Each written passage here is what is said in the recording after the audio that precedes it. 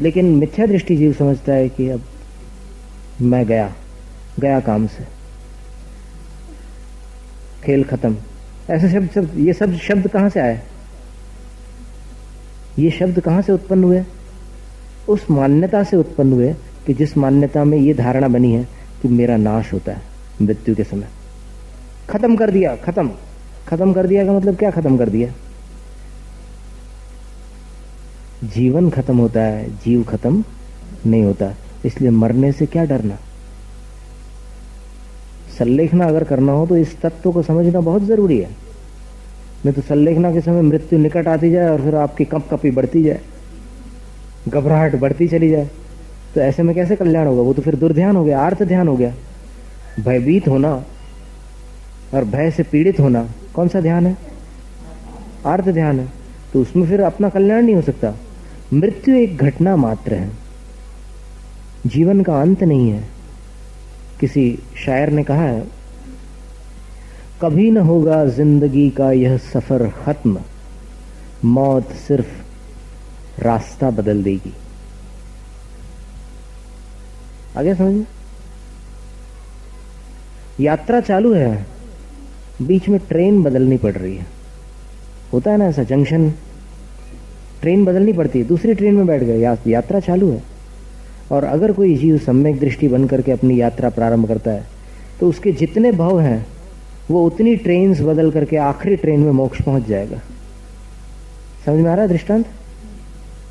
और फिर जो मिथ्या दृष्टि है वो ट्रेन बदलता ही रहेगा, और 84 लाख योनियों की ट्रेन है उसके पास, वहां के टिकट्स हैं, तो फिर 84 लाख योनियों में भटकता रहेगा, चारों गतियों में उसका भ्रमण जारी रहेगा। और फिर रास्ते में जो नाश्ता पानी है वो क्या मिलेगा उसको?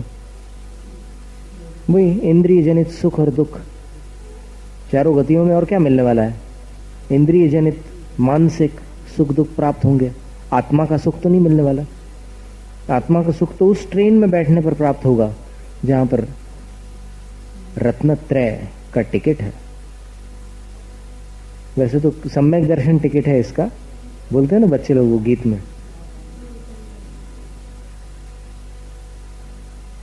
तो इस तरह आश्रव तत्व जो रागादिक है वो आश्रव भाव है, उस आश्रव में ही ये विपरीत श्रद्धान के कारण चैन मानता है, उसको ही सुख समझता है, वास्तव में वो दुख रूप है। इस तरह इसके आगे का जो वर्णन है वो अपन फिर आगे पढ़ेंगे। शुभ अशुभ बंध के फल मझार, रति अरति करे निज पद विसार, आत्म हित हेतु विराग ज्ञान, ते लखें आपको कष्ट दान।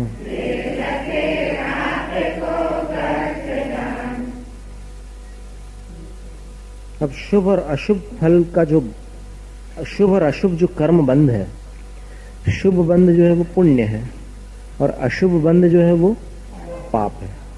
इनके फल के मझार, मझार यानी में, इनके फल में निज पद विसार, अपना जो चैतन्य पद है उसको विसार यानी विस्मृत करके, भूल कर, ये अग्रहित मिथ्या दृष्टि जीव क्या मानता है? रति और अरति, पुण्य के फल में इसको प्रेम होता है और पाप के फल में द्वेष होता है। यानी इन दोनों बंधन के फल में एक में प्रेम करता है और दूसरे में द्वेष करता है। जबकि तत्व दृष्टि से देखा जाए तो पुण्य और पाप दोनों ही बंध रूप है, बंधन स्वरूप है। और बंधन चाहे सोने का पिंजरा हो या लोहे का पिंजरा हो, कभी भी तोते को बंधन पसंद नहीं होता। आचार्य महाराज ने, हमारे गुरु श्री ने एक बार कहा था कि कबूतर उस लकड़ी के खोखे में जहां मालिक उसको पालता है वहां आकर के रात्रि विश्राम करता है। उसके अंदर कितनी भी गंदगी हो, वो कबूतर आसमान तक उड़ान भर के वापस उसी कचरे में आकर के निवास करता है। और तोते को अगर एक बार पिंजरे का दरवाजा खुला मिल जाए तो फिर वो अपना रास्ता पकड़ता है और कभी वापस लौट कर उस पिंजरे में नहीं आता है। तो आचार्य जी कहते हैं, हे कबूतर कबहू तो तर। तो इसका तात्पर्य यह है कि अपन सब संसारी जीव जो है वो कबूतर स्थानीय है। तो वो कहते हैं कि कबहू तो तर, इतनी ऊंची ऊंची उड़ान भरता है लेकिन वापस उसमें क्यों आता है कचरे के डब्बे में। तोता जो होता है, तोता किसी का नहीं होता। तो कितने भी सालों तक पाल के रखो, जब उसको उड़ने का मौका मिलेगा वो उड़ करके मालिक को छोड़ देगा। वैसे तो बहुत मीठी मीठी बोली बोलता है वो, कबूतर उतनी अच्छी आवाज नहीं निकालता जितनी आवाजें तोते निकालते हैं। तो शुभ और अशुभ बंधन है वास्तव में देखा जाए तो। जीव और अजीव का संयोग ही संसार है।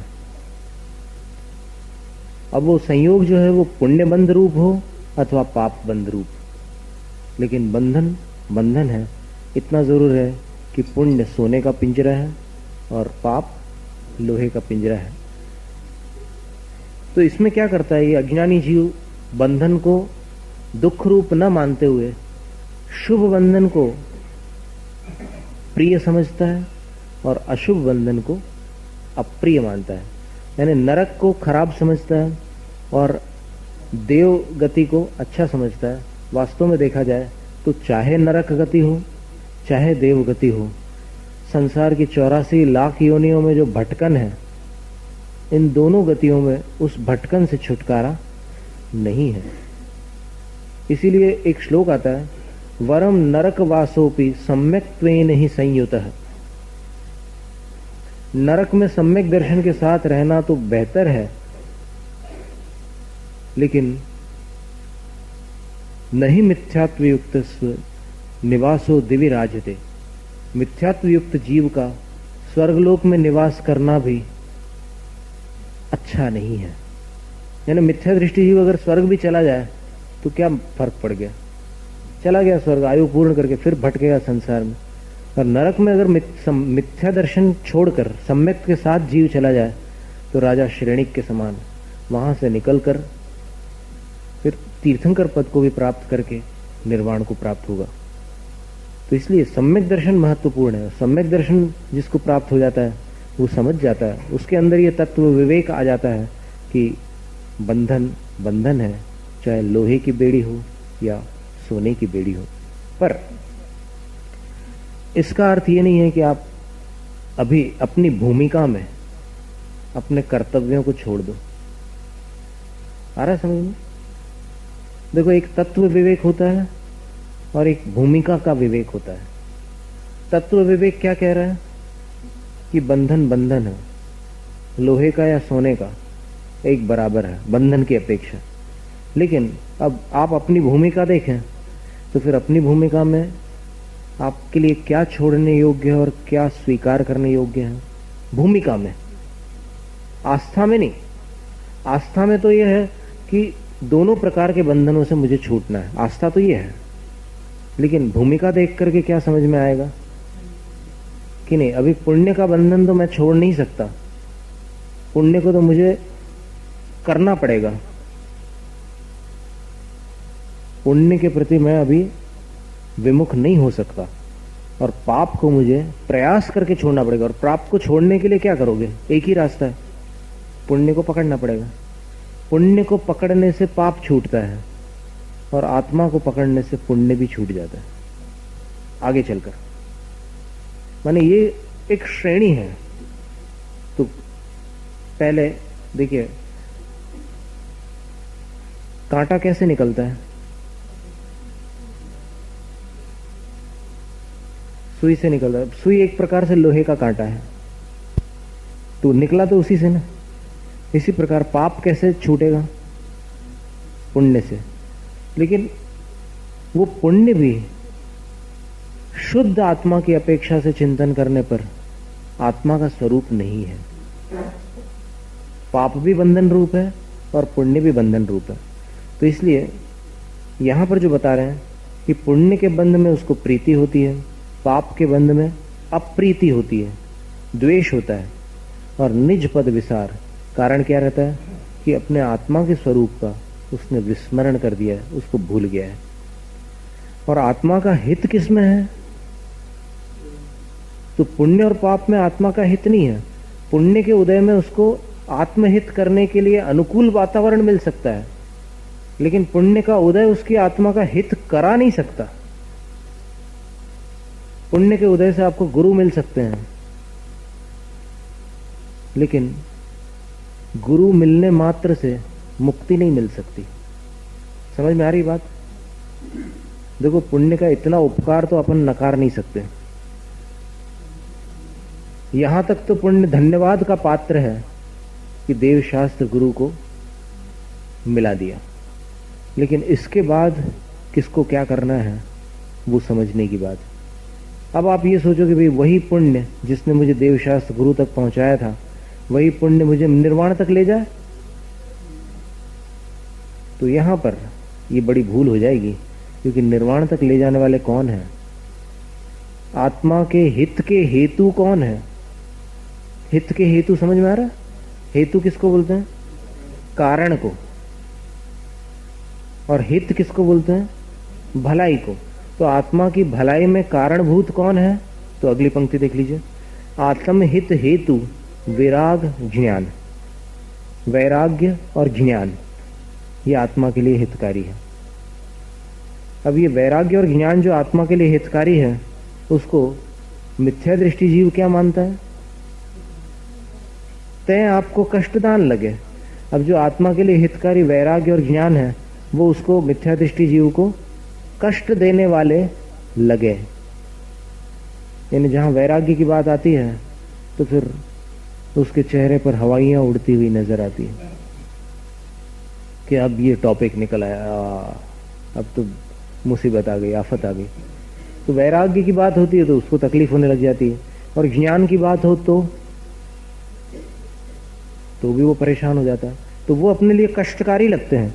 और बात मात्र नहीं, साक्षात जो वैराग्य नाम का भाव है वो उसको कष्टकारी लगता है। क्योंकि वो क्या देखता है कि जिसको वैराग्य होता है वो सब सांसारिक सुखों को छोड़कर त्याग मार्ग की ओर बढ़ जाता है, तपस्या करने लग जाता है। ये तो बहुत कष्टकारी वस्तु है। इसलिए अपने को तो वैराग्य नहीं है, अपन ठीक ठाक है। जिनको वैराग्य हो जाता है वो लोग तो सब छोड़ छाड़ के चले जाते हैं और तपस्या करने लग जाते हैं। कितना कठिन जीवन जीते हैं वो। एक बार आहार, अंतराय, पैदल चलना, केश लोच, कितने सारे मुसीबतें अपने आप उनके जीवन में वो झेल लेते हैं। तो उनके लिए वो सब चीजें कष्टकारी लगती है, क्योंकि उसको पता नहीं है कि तपस्या का परिणाम क्या है और वैराग्य कितना आनंदकारी है। उसको तो सिर्फ बाहर का दिख रहा है कि ये छूटा, ये जो खाते पीते थे और फिर ये जो सब विषय थे अपने पास, जो इंद्रिय सुख थे, वो सब अलग हो गए। अब देखो कैसा क्या जीवन है, एकदम खाली खाली सा जीवन है, कुछ नहीं इनके पास। ऐसा लगता है रागी जीव को वैरागी जीव ऐसा दिखता है। रागी के पास बहुत कुछ है बाहर, पर उसको ये नहीं मालूम कि वैरागी के अंदर क्या है। उसको ये दिख रहा है कि वैरागी के पास बाहर कुछ भी नहीं है। तो फिर उसको लगता है कि ये क्या जीवन है, बहुत कष्टकारी जीवन है। कुछ नहीं, एक बार भोजन कर लिया, वो भी गृहस्थों के घर, और फिर वापस आकर के कुछ भी, पानी का भी बंदोबस्त नहीं। कमंडल है तो कमंडल का पानी सिर्फ शुद्धिकरण के लिए इस्तेमाल कर सकते हैं, उसका सेवन नहीं कर सकते। कितना मुसीबतों से भरा हुआ जीवन है।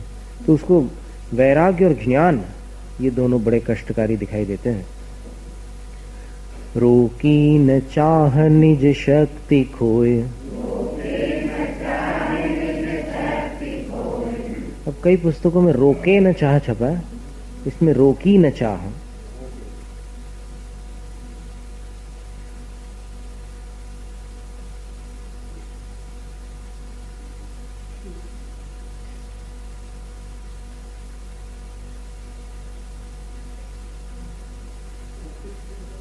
क्यों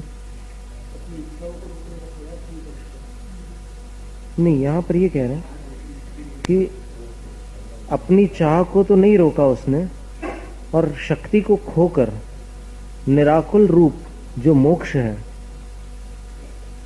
उसको नहीं समझ सका।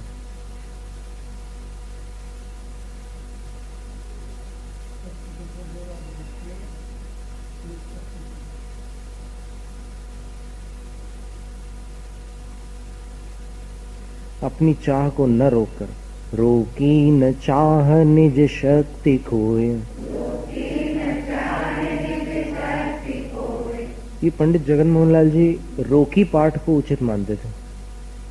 अब कई पुस्तकों में रोके पाठ भी दिया हुआ, और अगर रोके पाठ का अर्थ निकालो तो फिर ऐसा अर्थ निकलेगा कि चाह को तो रोकता नहीं है, अपनी शक्ति को खो देता है।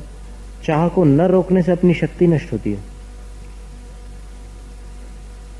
क्योंकि इच्छाओं की आप पूर्ति करने जाएंगे तो वह एनर्जी जो है, जो ऊर्जा है, अपनी शक्ति है, वो उसमें खर्च हो जाएगी, और फिर निराकुल जो मोक्ष का स्वरूप है उसके दर्शन नहीं मिलने वाले।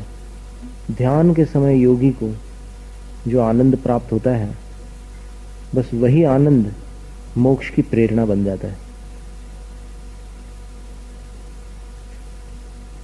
रोकी न चाह निज शक्ति खोय,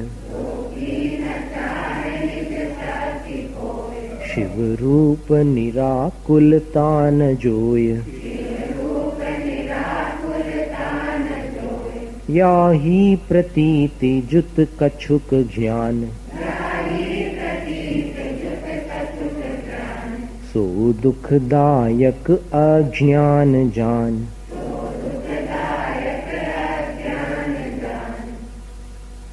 याही प्रतीति जुत, अब देखिए इसी प्रतीति का अर्थ होता है विश्वास, श्रद्धा, आस्था। तो अपनी चाह को न रोककर, शक्ति को गंवाकर मोक्ष के स्वरूप निराकुलता को नहीं देखता। वो सोचता है कि इच्छाओं की पूर्ति में ही सुख है। निराकुल जो मोक्ष है उसके स्वरूप को नहीं समझता। और याही प्रतीति, ऐसी ही श्रद्धा के साथ जो कुछ भी ज्ञान उसके पास है, चाहे वो बड़ी बड़ी पुस्तकों का ज्ञान हो अथवा व्यावहारिक ज्ञान हो, वो सारा ज्ञान सो दुखदायक अज्ञान जान। ये जान लो कि उसके पास जितना भी ज्ञान होगा वो सब दुखदायक अज्ञान रूप ही होगा। अज्ञान का अर्थ हो गया मिथ्या ज्ञान। न जानना भी एक प्रकार का अज्ञान होता है। और दूसरा अज्ञान क्या है? जान तो रहा है लेकिन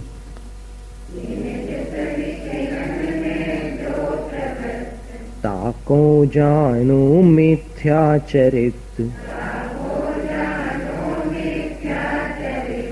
यो मिथ्यात्वादि निसर्ग जेह।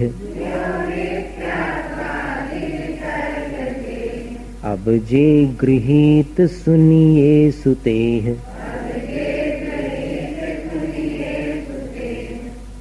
इन जुत यानी इनसे युक्त, किन से? मिथ्या दर्शन और मिथ्या ज्ञान।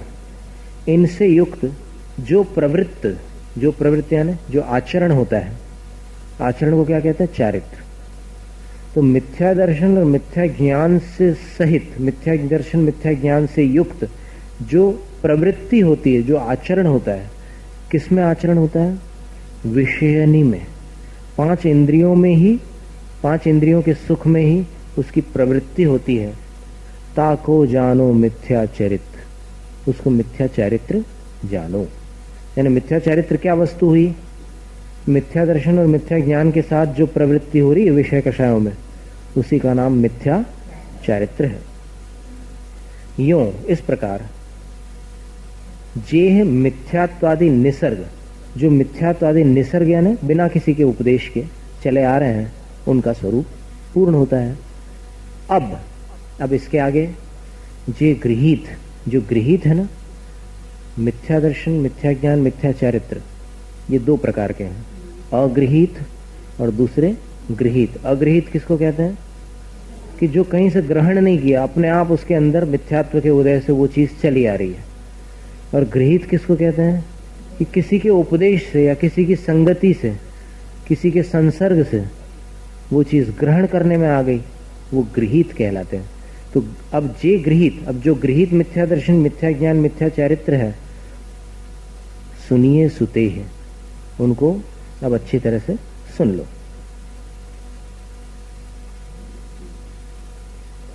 जो कु गुरु कुदेव कुधर्म सेव, पोषे चिर दर्शन मोह एव, अंतर रागादिक धरे जेह, बाहर धन अंबर ते स्नेह, धारे कुलिंग लहि महत भाव, ते कुगुरु जन्म जल उपल नाव,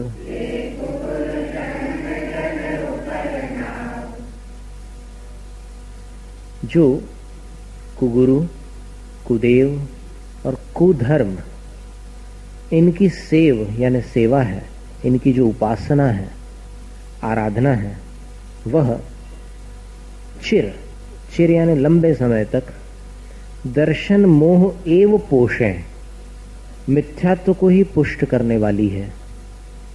कौन? कुगुरु, कुदेव और कुधर्म की सेवा। कुगुरु, कुदेव और कुधर्मों की सेवा मिथ्यात्व को ही पुष्ट करने वाली है। दर्शन मोह का अर्थ क्या है? मिथ्यात्व। यहां पर अब इसके आगे बतलाते हैं कि कुगुरु कौन है, कुदेव कौन है और कुधर्म क्या है। तो कुगुरु कौन है? देखिए, अंतर रागादिक धरे जे है, जो अंतर, अंतर यानी अपने हृदय में, अपने भीतर रागादि धरे, राग, द्वेष, काम, क्रोध, मद, मात्सर्य आदि विकारी भावों को अपने हृदय में जो धारण करने वाले हैं। और कैसे हैं? बाहर, बाहर क्या है उनके? धन अंबरते स्नेह, धन से उनको प्रेम है, अथवा अंबर का अर्थ होता है वस्त्र, तो धन से, वस्त्र आदि से जिनको प्रेम है। देखिए, लोक में उनको गुरु मान रहे हैं कि ये गुरु महाराज है और उनका गुरु के समान आदर सत्कार भी हो रहा है, लेकिन स्वरूप क्या है कि अंदर में अभी तक राग द्वेष विद्यमान है और बाहर वस्त्र आदि के प्रति उनका जो प्रेम है वो छूटा नहीं है। धन से भी उनको लगाव है। और धारे कुलिंग, अनेक प्रकार के कुलिंग, लिंग का अर्थ होता है वेश। लिंग शब्द के 20 अर्थ बताए हैं प्रवचन सार ग्रंथ में, लेकिन यहां पर लिंग शब्द का अर्थ क्या है? वेश। तो कुलिंग धारे, कुलिंग धारे यानी जो निर्विकार वेश है उसको न धारण करके कुलिंग को धारण करते हैं, विपरीत वेश को, खोटे वेशों को धारण करते हैं और महत भाव लही, और अपने अंदर महानता का भाव धारण करते हैं कि मैंने ये वेश धारण किया है, मैं साधु हूं, मैं गुरु हूं, मैं बड़ा महान हूं, ऐसा भाव अपने अंदर धारण करते हैं। महत भाव लही, लही यानी महान, अपने महत्व भाव को प्राप्त करके अपने भीतर वो मैं बड़ा हूं इस भाव को प्राप्त हो जाते हैं। और बस ते कुगुरु, वे कुगुरु हैं, जिनका ऐसा स्वरूप है वे कुगुरु हैं। और कुगुरु का परिणाम क्या होता है इनके सेवन का? तो बोले जन्म जल, जन्म का अर्थ है संसार और जल का अर्थ जल है ही है, पानी। संसार रूपी जल के लिए, संसार रूपी जल को पार करने के लिए ऐसे गुरु की अगर कोई शरण ले ले तो फिर गुरु को तो नाव कहा है ना, नैया है। गुरुदेव मेरी नैया उस पार लगा देना। तो ये कुगुरु जो है जन्म जल, संसार रूपी जल को पार करने के लिए उपल नाव, उपल, उपटा बोलते ना, उपटो लग गो, पैर में लग जाता कभी कभी। उपल का अर्थ है पत्थर, तो पत्थर की नाव है वो। और पत्थर की नाव कभी तैरती है? तो वो न तैरती है और न तारती है। पत्थर की नाव न स्वयं तैरती है पानी में और न अंदर बैठने वाले को तारती है।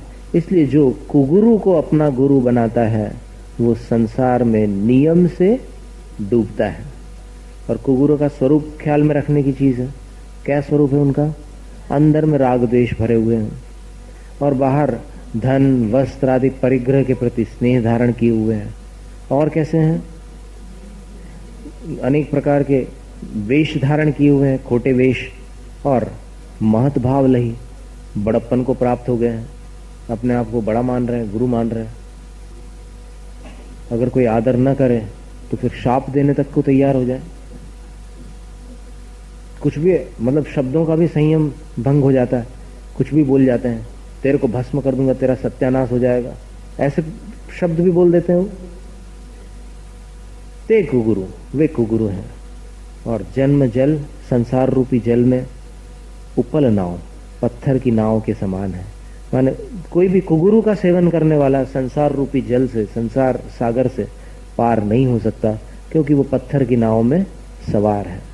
पत्थर की नाव स्वयं भी नहीं तैरती, और अपने अंदर जो भी बैठ जाए उसको तार नहीं सकती।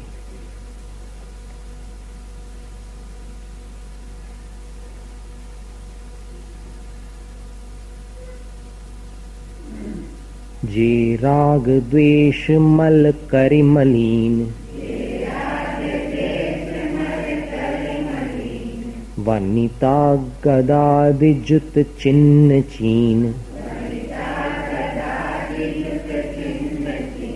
ते हैं कुदेव तिन की जुसेव, शठ करत न तिन भव भ्रमण छेव।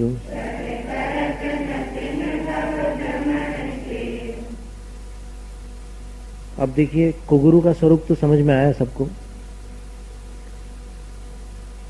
तो जो ऐसे गुरु हैं जिनके भीतर राग द्वेष भरे हुए हैं, और बाहर धन और वस्त्र आदि के प्रति जिनको स्नेह है, खोटे वेशों को जिन्होंने धारण करके रखा है और बड़प्पन के भाव को प्राप्त हुए हैं, वे कुगुरु हैं। संसार रूपी जल से तारने के लिए वो पत्थर की नाव के समान है। नाव भी डूबेगी, बैठने वाले को भी डुबाएगी। अब कुदेव कौन है? कुदेव किसको कहोगे? तो उसका स्वरूप बताते हुए कह रहे हैं, यहां सम्यक दर्शन से विपरीत जो मिथ्या दर्शन है उसकी चर्चा चल रही है। कौन से मिथ्या दर्शन की चर्चा है? अभी पहले क्या था? पहले अगृहीत था, और अब गृहीत मिथ्या दर्शन है। तो अब इसमें क्या कह रहे हैं? जो राग द्वेष मल करी मलिन, जो राग द्वेष रूपी मल से मलिन है, यानी देव तो माने जा रहे हैं जगत में, मिथ्यात्व के उदय से गृहीत मिथ्या दर्शन के कारण संसारी जीव उनको देव, यानी यहां देव शब्द का अर्थ है भगवान, परमात्मा। यहां देव शब्द का अर्थ वैमानिक देव या भवनवासी व्यंतर देव नहीं है। ये इसमें कोई शंका है? देव शब्द का अर्थ यहां पर क्या है? स्पष्ट है ना? इसमें कोई भ्रम तो नहीं है किसी को कि यहां पर देव शब्द का अर्थ वो हो सकता है वैमानिक देव, कल्पवासी, ग्रैवैकवासी, और फिर उसके ऊपर वाले व्यंतर या और कोई, ऐसा तो नहीं है। यहां पर देव शब्द का अर्थ क्या लेना? कुदेव शब्द का अर्थ क्या है? जो ऐसे रूप को धारण करने वाले और परमात्मा माने जाने वाले देव हैं वे। तो राग द्वेष रूपी मल से जो मलिन है, यानी मलिन का अर्थ विकृत है, यानी जिन परमात्माओं के अंदर राग द्वेष रूपी विकार अब भी विद्यमान है, दुनिया उनको परमात्मा के रूप में पूज रही है, लेकिन उनका रूप कैसा है, उनका स्वरूप कैसा है?